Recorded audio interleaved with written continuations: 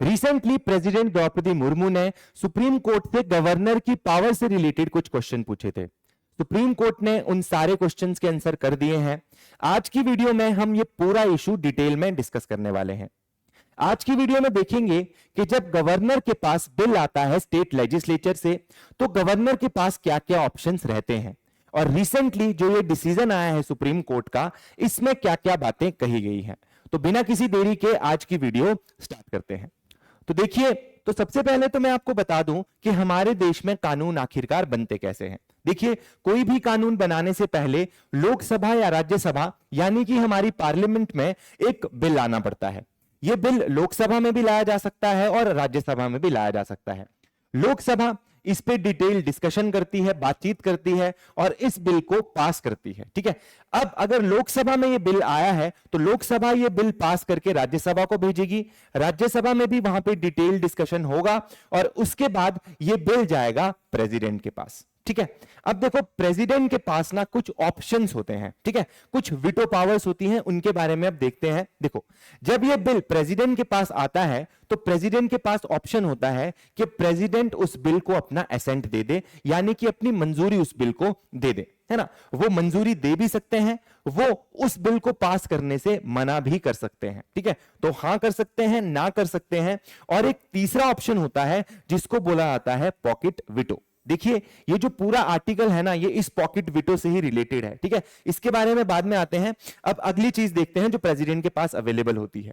या तो वो बिल को हां करेगा या तो ना करेगा, या तो फिर वो बिल को रिकंसिडरेशन के लिए भेजेगा। प्रेसिडेंट को लग रहा होगा कि बिल में कुछ गड़बड़ है ना, और लोकसभा और राज्यसभा को दोबारा मैं इस बिल को रिकंसिडरेशन के लिए भेज देता हूं। पर देखिए, अगर इस बिल में लोकसभा और राज्यसभा कोई भी चेंज ना लाए, है ना, मतलब राज्यसभा और लोकसभा सेम का सेम बिल वापस प्रेसिडेंट के पास भेज दें, तो प्रेसिडेंट के पास अब कोई चॉइस नहीं होती, प्रेसिडेंट को यह बिल एक्सेप्ट करना ही पड़ता है। ठीक है, तो ये हमने देख लिया कि प्रेसिडेंट के पास ये तीन ऑप्शन होते हैं। देखिए, अब यहां पे एक क्वेश्चन है कि क्या प्रेसिडेंट के पास कुछ टाइम फ्रेम है कि कितने टाइम फ्रेम में, कितने टाइम में उसको बिल को एसेंट अपना देना है। ठीक है, मतलब अगर लोकसभा राज्यसभा ने बिल पास करके प्रेसिडेंट के पास दिया है तो प्रेसिडेंट के पास कितना टाइम है, कितने टाइम में उसको उस बिल को पास करना होगा। ऐसा देखो, संविधान में कोई भी टाइम नहीं दिया गया था। ठीक है, तो इसीलिए यहां पे यह माना जाता था कि प्रेसिडेंट के पास ये पावर है कि वो अनलिमिटेड टाइम के लिए अपने पास बिल को रख सकता है अगर उसको लगे कि इस बिल में कुछ गड़बड़ है तो। ठीक है, तो इस चीज को हम बोलते हैं पॉकेट वीटो। ठीक है, चलिए, तो देखो, ये होता है पार्लियामेंट के केस में।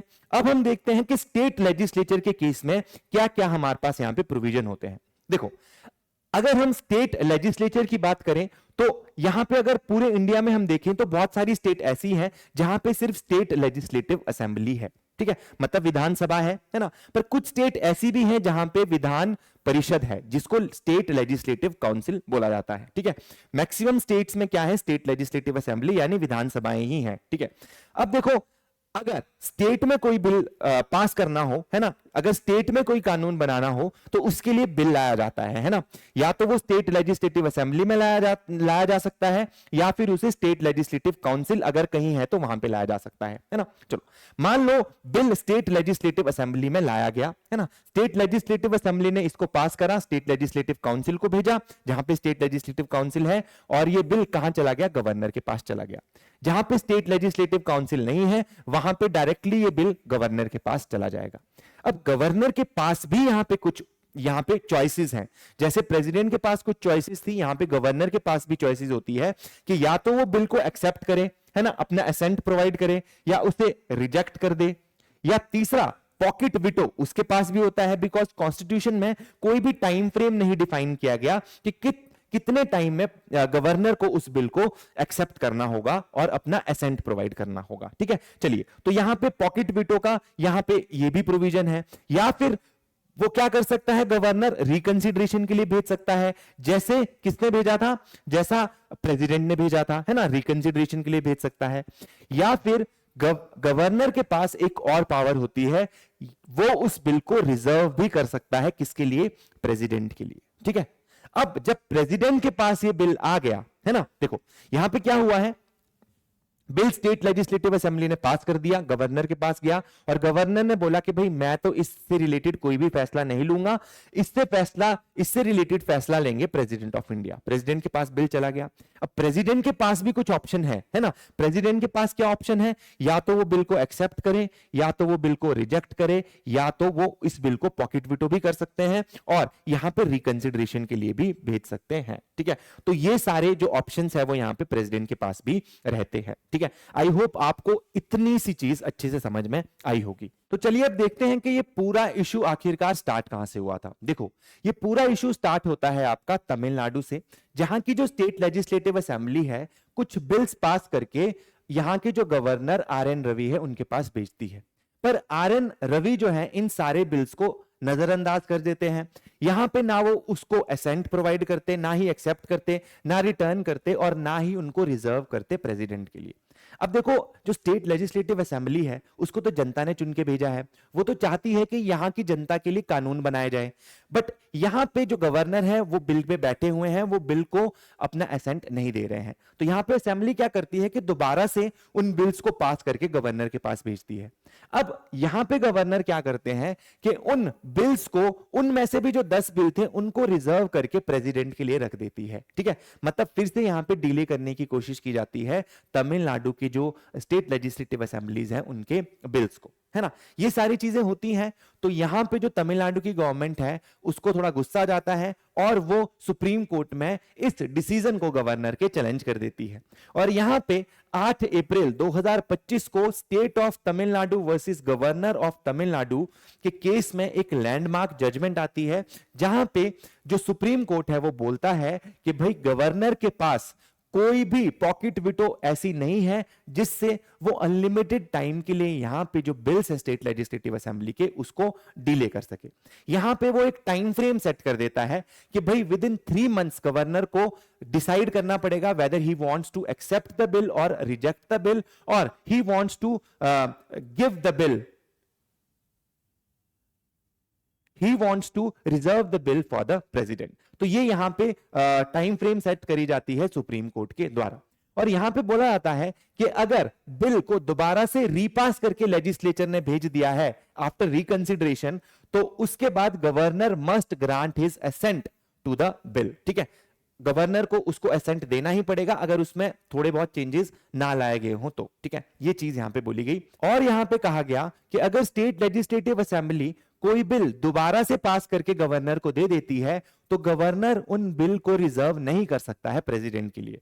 और इससे क्या हुआ, इस डिसीजन से जो गवर्नर है वहां पे 10 बिल रिजर्व किए थे प्रेसिडेंट के लिए, उनको ऑटोमेटिकली पास्ड माना गया, यानी उनको डीम्ड असेंट दिया गया। ठीक है, यानी कि जो भी बिल यहां पे रिजर्व किए गए थे वो ऑटोमेटिकली पास्ड यहां पे माने गए। ठीक है, चलिए अब जैसे ही ये डिसीजन आया सुप्रीम कोर्ट का 8 अप्रैल 2025 को, यहां पे प्रेसिडेंट ने आर्टिकल 143 को इन्वोक कर दिया।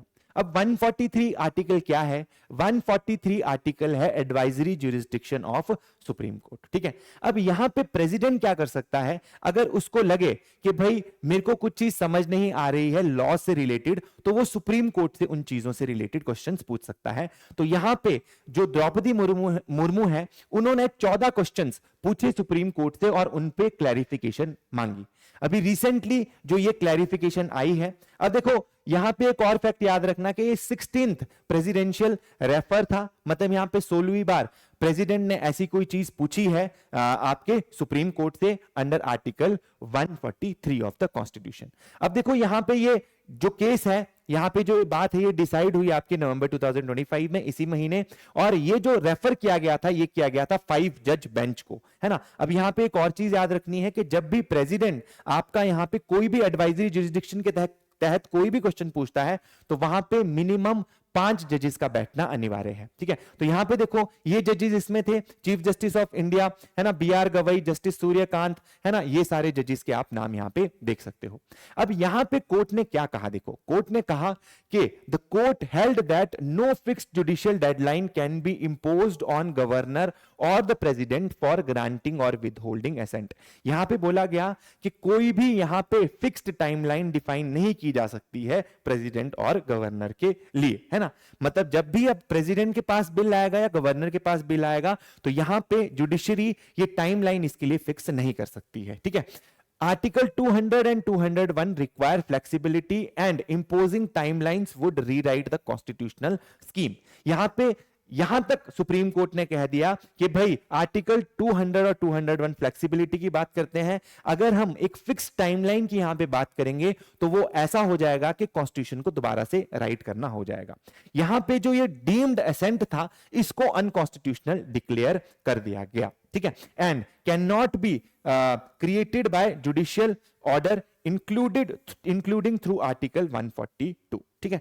142 जो आर्टिकल है वो सुप्रीम कोर्ट को पावर देता है कि कंप्लीट जस्टिस करने के लिए वो कोई भी स्टेप्स ले सकता है ना। बहुत ज्यादा इंपॉर्टेंट पावर है ये भी सुप्रीम कोर्ट की, ठीक है। तो ये जो डीम्ड असेंट था इसको अनकॉन्स्टिट्यूशनल डिक्लेयर कर दिया गया आपके सुप्रीम कोर्ट के द्वारा। अब देखो, क्या सुप्रीम कोर्ट कभी भी इंटरवीन नहीं करेगा और गवर्नर के पास ये पावर है या प्रेसिडेंट के पास ये पावर है कि वो अनलिमिटेड टाइम के लिए किसी भी बिल को डिले कर सकते हैं? यहां पे इस चीज के बारे में कहा गया है। देखो, कब कब कहा जा सकता है और कब कब नहीं कहा जा सकता जुडिशरी के द्वारा, यहां पे वो केसेस दिए गए हैं। देखो, कब सुप्रीम कोर्ट इंटरवीन करेगा, है ना। बेसिकली यहां पे लिमिटेड जुडिशियल रिव्यू है। अगर आप लोगों को नहीं पता तो जुडिशियल रिव्यू एक पावर होती है सुप्रीम कोर्ट की जिसके तहत जो भी लॉज पास किए गए होते हैं आपके लेजिस्लेचर के द्वारा उसको रिव्यू किया जाता है सुप्रीम कोर्ट, हाई कोर्ट के द्वारा, और अगर वो कॉन्स्टिट्यूशन के विरुद्ध होते हैं तो उनको नल एंड वॉइड डिक्लेयर कर देती है जुडिशरी। देखो, यहां पे कंप्लीट जुडिशियल रिव्यू की बात तो नहीं करी गई है बट लिमिटेड जुडिशियल रिव्यू की बात करी गई है। अब देखो यहां पे क्या लिखा है, if there is a prolonged unexplained or indefinite inaction by the governor president in dealing with the bill which frustrate the legislative process। अगर देखिए यहां पे unexplained और बहुत टाइम तक prolonged है ना, यहां पे बिल को डिले करा जा रहा है, उस केस में जुडिशरी यहां पे क्या कर सकती है, इंटरवीन कर सकती है।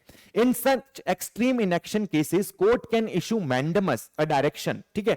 यहां पे मैंडेमस का यूज किया जा सकता है, मतलब यहां पे बोला जा सकता है कि आप अपना काम जो है वो टाइम से करो, ठीक है। एक तरीके से रिमाइंडर यहां पे वेकिंग कॉल यहां पे दी जा सकती है सुप्रीम कोर्ट के द्वारा, requiring the constitutional authority to act within reasonable period। यहां पे बोला गया कि भाई जुडिशरी इंटरवीन कर सकती है एक्स्ट्राऑर्डिनरी सिचुएशन में और यहां पे कोई टाइम फ्रेम नहीं तय किया जाएगा। यहां पे बोला जाएगा आप रीजनेबल टाइम लिमिट में क्या करो, इस बिल को पास कर दो अगर प्रेसिडेंट या गवर्नर अनलिमिटेड टाइम के लिए किसी बिल को डिले कर रहे हैं तो, ठीक है। चलिए, यहां पे कोई फिक्स्ड डेडलाइन तय नहीं करी गई है।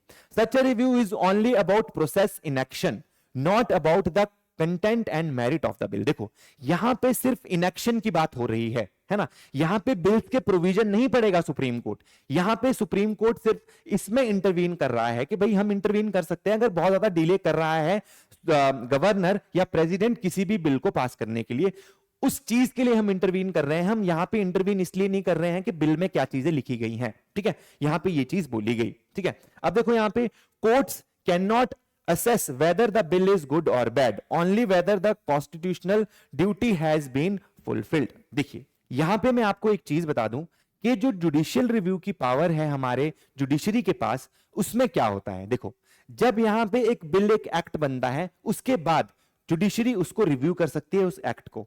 अगर वो एक्ट हमारे कॉन्स्टिट्यूशन के बेसिक स्ट्रक्चर के खिलाफ होता है, उसके विरुद्ध होता है, तो उसको नल एंड वॉइड डिक्लेयर कर दिया जाता है, ठीक है। बट ओनली आफ्टर प्रेसिडेंट और governor has assented the bill, और वो जब एक्ट बन जाए तभी जुडिशरी उसको देख सकती है ना। उससे पहले जुडिशरी का कोई भी यहां पे रोल नहीं होता है। इसीलिए यहां पे जुडिशरी ने बोला कि हम बिल के प्रोविजंस को नहीं देखेंगे, हम सिर्फ इतना देख रहे हैं कि भाई इस बिल को पास करने के लिए गवर्नर या फिर जो प्रेसिडेंट है वो बहुत ज्यादा टाइम लगा रहे हैं, हम इस इनएक्शन पे है ना अपना डिसीजन सुना रहे हैं, उसी केस में जुडिशरी इंटरवीन करेगी, ठीक है। चलिए, अब नेक्स्ट केस है कब कब ये चीज अलाउ नहीं है। देखो, courts can not review the merits of the decision under article 200 or 201, that is whether assent was right or wrong on the policy substance or content ground। यहां पे बोला गया है कि भाई सीधी सी बात है कि उसका जो कंटेंट होगा उस पे कोई बात नहीं होगी, बिल के प्रोविजंस के बारे में यहां पे कुछ डिस्कस नहीं किया जाएगा। Court can not impose fix timeline for action. यहां पे कोर्ट फिक्स टाइमलाइंस भी नहीं बता सकता है, ऐसे नहीं बोल सकता कि 3 महीने 4 महीने इतने में आपको बिल पास करना ही पड़ेगा। बस यहां पे जो कोर्ट है वो एक रीजनेबल टाइम देगा, है ना, कि आप रीजनेबल टाइम में इसको जल्दी पास कर दो। Until a bill is assented and becomes a law, judicial review in substance is constitutionally barred. अगर कोई लॉ हो तब ही उस पे जुडिशियल रिव्यू लग सकता है, बिल की स्टेज पे जुडिशियल रिव्यू नहीं लगेगा। मतलब यहां पे बिल्स के प्रोविजंस को नहीं देखा जाएगा, है ना, यहां पे याद रखनी है ये बात कि बिल के प्रोविजंस को नहीं देखा जाएगा। यहां पे क्या किया जा रहा है, इनएक्शन पे काम किया जा रहा है। बट जैसे ही ये एक्ट बन जाएगा इसके बाद जुडिशियल रिव्यू इसका हो सकता है और इसके प्रोविजन को भी देखा जाएगा। अगर ये बिल कॉन्स्टिट्यूशन के बेसिक स्ट्रक्चर को वायलेट कर रहा होगा तो जुडिशरी इस बिल को भी नल एंड वॉइड डिक्लेयर कर सकती है। ये चीज आपको ध्यान रखनी है, आपके एग्जाम के पॉइंट ऑफ व्यू से बहुत ज्यादा इंपॉर्टेंट है ये। The court can not examine the bill before assent, only law after assent. ठीक है, यही बात है जो हमने अभी कर दी है। यहां पे एक और बात कही गई, none of these power give governor and president an unfettered veto, pocket veto. ठीक है, यहां पे पॉकेट विटो की कोई बात नहीं हुई है। जो भी आर्टिकल 200 और 201 में चीजें बोली गई है यहां पे अनडेफिनिट टाइम के लिए, है ना, वो किसी भी बिल को रिजर्व नहीं कर सकते हैं। यहां पे ये बात बोली गई है, indefinite action is not allowed. ठीक है, तो यहां पे जो आप ये पॉकेट विटो दिख रहे हो, ये देखो ऐसे तो अवेलेबल है बट यहां पे अनलिमिटेड टाइम के लिए अवेलेबल नहीं है। मतलब आपके जो गवर्नर और प्रेसिडेंट है वो बिल को अपने पास रख सकते हैं बट अनलिमिटेड टाइम के लिए नहीं रख सकते हैं। ठीक है, चलिए आज के लिए इतना ही करते हैं। अगर आपको कोई भी डाउट हो तो आप कमेंट सेक्शन में जरूर पूछ सकते हैं। धन्यवाद।